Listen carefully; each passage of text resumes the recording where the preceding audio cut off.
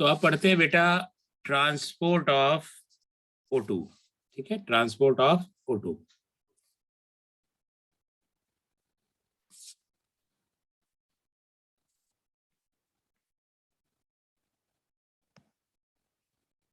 O2 का transport देखिए, haemoglobin is a red coloured iron containing pigment. Haemoglobin लाल colour का होता है, आयरन कंटेनिंग पिगमेंट होता है, प्रेजेंट इन आरबीसी, जो आरबीसी में होता है।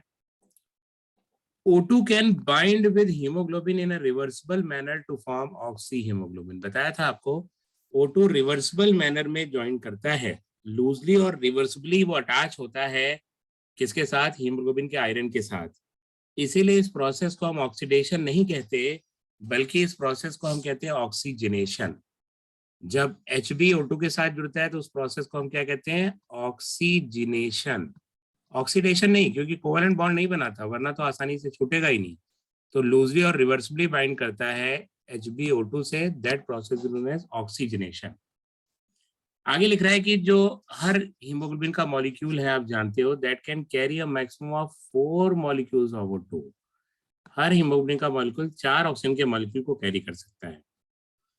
और इसकी जो बाइंडिंग है वो किस पे डिपेंड करती है? देखिए, पार्शियल प्रेशर पे। बड़ी इंपॉर्टेंट बात है, पार्शियल प्रेशर ऑक्सीजन का ज्यादा होगा तो हीमोग्लोबिन झमाझम ऑक्सीजन को पकड़ेगा, और कम होगा तो छोड़ेगा, पकड़ेगा नहीं। Binding of oxygen with haemoglobin is primarily related to partial pressure of O2। मतलब प्राइमरली ये पार्शियल प्रेशर ऑफ O2 पे ही डिपेंड करती है। बाकी दूसरे फैक्टर भी आएंगे जो इसमें रोल प्ले करेंगे, बाइंडिंग को कम या अधिक करेंगे, मगर प्राइमरली किस पे डिपेंड करती है? O2 पे। सबसे पहले हमें वो देखना है। अगर O2 का पार्शियल प्रेशर ज्यादा है तो हीमोग्लोबिन O2 से तेजी से जुड़ेगा, और कम है तो उसे छोड़ेगा या कम जुड़ेगा। ये डिपेंड करता है कितना पार्शियल प्रेशर है। आगे देखिए क्या बातें लिख रहा है वो।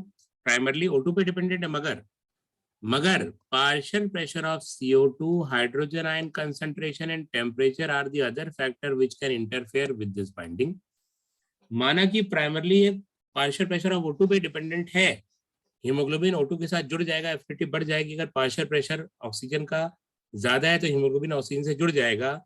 मगर कुछ और फैक्टर भी हैं, जैसे partial pressure of CO2, H+ ion और टेम्परेचर। ये दूसरे फैक्टर हैं जो हीमोग्लोबिन और ऑक्सीजन की आपस की एफिनिटी को, आपस के प्यार को कम कर सकते हैं, मतलब उसकी बाइंडिंग को कम कर सकते हैं, उस पर इफेक्ट डाल सकते हैं अगर ये ज्यादा हो तो। ये जितने ज्यादा होंगे उतना उनका प्यार, उनकी एफिनिटी कम करेंगे, कम होंगे तो उनकी एफिनिटी बढ़ेगी। मगर प्राइमरली किस पे डिपेंड करता है? वो पार्शियल प्रेशर ऑफ O2 पे डिपेंड करता है। तो पूछेगा भैया कि प्राइमरली हीमोग्लोबिन की बाइंडिंग ऑक्सीजन के साथ किस चीज पे डिपेंड करती है? तो आप कहोगे पार्शियल प्रेशर ऑफ ऑक्सीजन। और कहेगा apart from the partial pressure of oxygen which are the other factors which can interfere with the binding of O2 with hemoglobin? तो आप जानते हो, कहोगे CO2, H+ एंड टेम्परेचर। इसके अलावा एक और होता है BPG। ठीक है, एक और होता है BPG, बायफॉस्फोग्लिसरेट, या उसे DPG भी कहते हैं, BPG या DPG, बायफॉस्फोग्लिसरेट। ये भी बाइंडिंग को कम करता है, बायफॉस्फोग्लिसरेट। ये भी क्या करता है? बाइंडिंग को कम करता है, O2 की बाइंडिंग विद हीमोग्लोबिन। ठीक है, आगे देखते हैं। A sigmoid curve is obtained when percent saturation of hemoglobin with O2 is plotted against PO2। एक सिग्मॉइड कर्व मिलती है। सिग्मॉइड कर्व का मतलब एस शेप कर्व, जो आपको यहाँ दिखाई दे रही है, एस शेप कर्व बनी हुई है। ये एस शेप कर्व है, देख रहे हैं आप, ऐसे करके बना हुआ है, रफली एस शेप कर्व आता है। सिग्मॉइड कर्व बनता है जब हीमोग्लोबिन और ऑक्सीजन को प्लॉट करते हैं हम पार्शियल प्रेशर ऑफ O2 के against. Percent saturation of haemoglobin को प्लॉट करते हैं, percent saturation of haemoglobin is plotted against partial pressure of oxygen. यही मतलब हुआ, हीमोग्लोबिन कितना परसेंट ऑक्सीजन कैरी कर रहा है उसी को कहते हैं परसेंट सेचुरेशन। जब उसको प्लॉट करते हैं पार्शियल प्रेशर ऑफ O2 के साथ तो सिग्मॉइड कर्व मिलती है। This curve is known as oxygen dissociation curve, और इसे ऑक्सीजन हीमोग्लोबिन डिसोसिएशन कर्व भी कह सकते हैं। दोनों बातें सेम है। ऑक्सीजन डिसोसिएशन मतलब ऑक्सीजन हीमोग्लोबिन से कैसे डिसोसिएट करेगा, कैसे छूटेगा। ये ऑक्सीजन हीमोग्लोबिन डिसोसिएशन कर्व मतलब ऑक्सीजन और हीमोग्लोबिन आपस में कैसे छूटेंगे। और ये कर्व क्या है? It is highly useful in studying the effect of factors like PCO2H+ concentration on binding of O2 with hemoglobin। इस कर्व से हम क्या स्टडी करते हैं? इस कर्व से हम स्टडी करते हैं कि O2 की बाइंडिंग जो हीमोग्लोबिन के साथ है उस पर पार्शियल प्रेशर ऑफ CO2 का, H+ का, टेम्परेचर का, बीपीजी का क्या फर्क पड़ेगा, वही बताएं। अब आगे देखते हैं जरा क्या फर्क पड़ेगा उसको समझते हैं। In alloy where there is high PO2, alloy में पार्शियल प्रेशर O2 का हाई होता है और वहां पार्शियल प्रेशर CO2 का कम होता है, H+ कम होती है और टेम्परेचर भी कम होता है। जब ये सब कम है, ये सारे फैक्टर फेवरेबल हैं for the formation of oxy haemoglobin. मतलब पार्शियल प्रेशर O2 का ज्यादा हो और ये सब फैक्टर कम हो तो हीमोग्लोबिन की एफिनिटी ऑक्सीजन के लिए बढ़ जाएगी। मगर टिश्यूज में इसका उल्टा होता है। क्यों होता है? देखिए,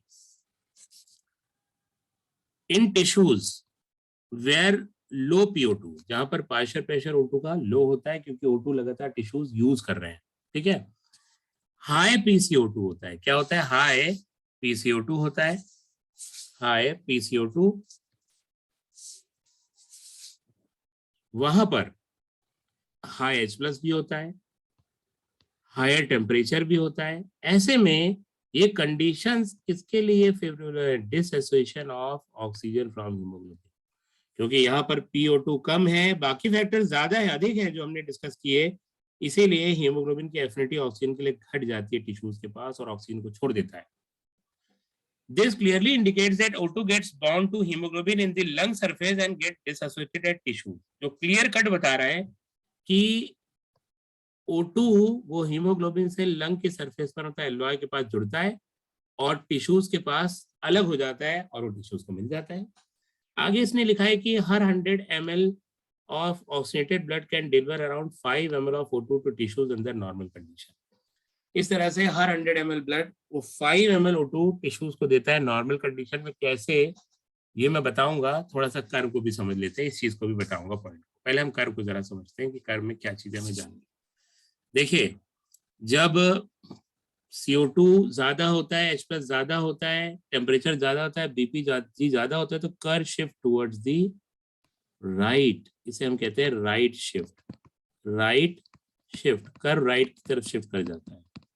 कब? जब PCO2 क्या हो? ज्यादा, H+ क्या हो? ज्यादा, टेम्परेचर क्या हो? ज्यादा, और BPG क्या हो? ज्यादा। ऐसे में कर्व राइट की तरफ शिफ्ट कर जाता है। इसका सीधा सा मतलब है कि अब सेम पार्शियल प्रेशर पे PO2 के भी हीमोग्लोबिन ने छोड़ दिया। जब वो ऑक्सीजन को पकड़ रहा था जिस पार्शियल प्रेशर पे ज्यादा, अब कम पकड़ेगा। हम इसको समझते हैं एक इस चीज से। देखिए, ये 50 का सेचुरेशन है यहाँ पे, इसका मतलब 50% सेचुरेशन यहाँ दिखा रहा है हीमोग्लोबिन का, और जब इसे हम नीचे मिलाते हैं तो लगभग 30 के करीब आ जाता है, ठीक है। इसे कहते हैं P50। P50 का क्या मतलब हुआ? P50 का मतलब हुआ यहाँ पर वो 30 है, अराउंड 30 है ना, मतलब 50% हीमोग्लोबिन का सेचुरेशन जिस ऑक्सीजन के पार्शियल प्रेशर पे होता है उसे कहते हैं P50। P50 यहाँ क्या है? 30।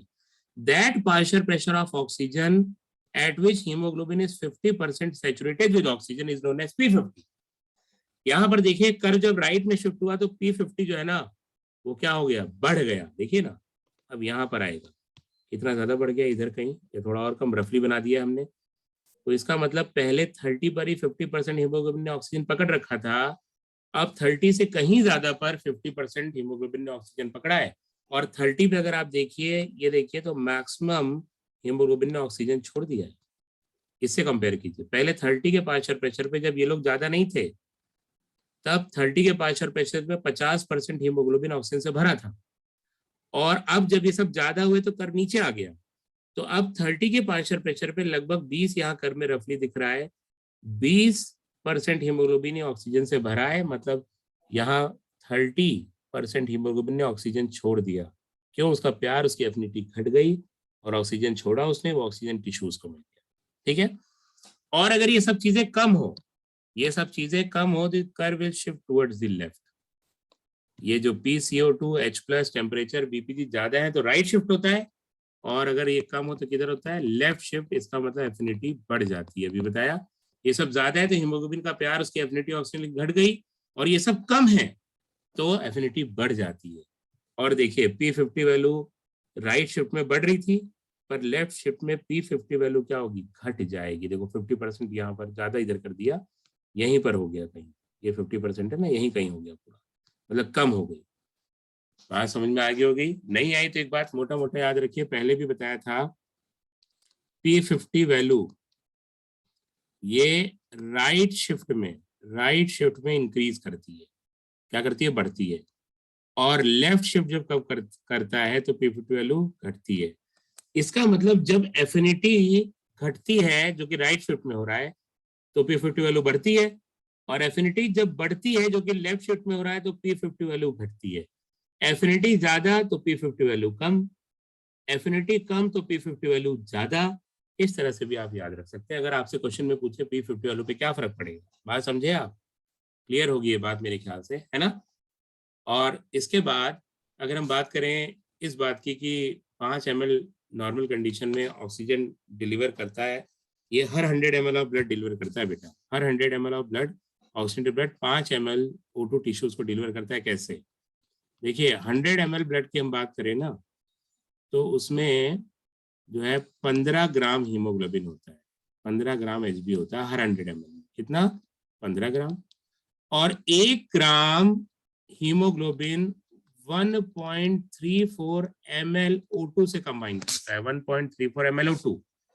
इसका मतलब 100 ml ब्लड में 15 ग्राम हीमोग्लोबिन है, तो हर हीमोग्लोबिन 1.34 ml O2 कैरी करता है, तो 15 इंटू 1.34 कर दो तो 100 ml का पूरा आ जाएगा, क्योंकि 100 ml में हीमोग्लोबिन 15 ग्राम है। ठीक है, ये होगा।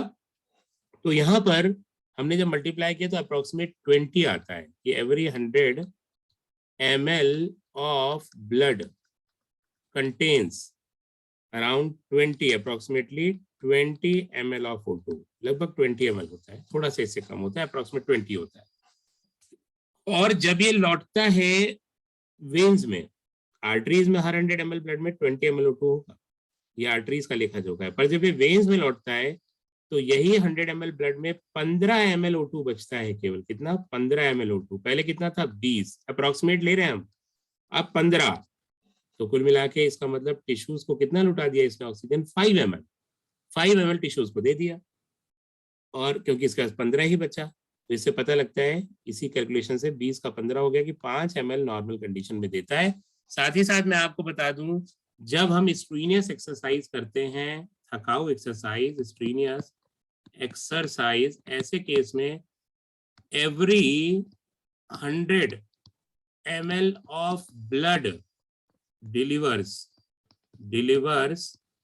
15 ml of O2 to tissues। ये 15 ml O2 देता है टिश्यूज को, 15 ml O2 देता है किसको, टिश्यूज को। क्या बात को समझ गए बेटा जी। तो ये बात हो गई एनसीईआरटी डिस्कशन में किसकी, ऑक्सीजन ट्रांसपोर्ट की। आप चाहे तो इसका स्क्रीनशॉट भी ले सकते हैं ताकि जो बातें लिखी हैं उनको समझ सकें अलग से।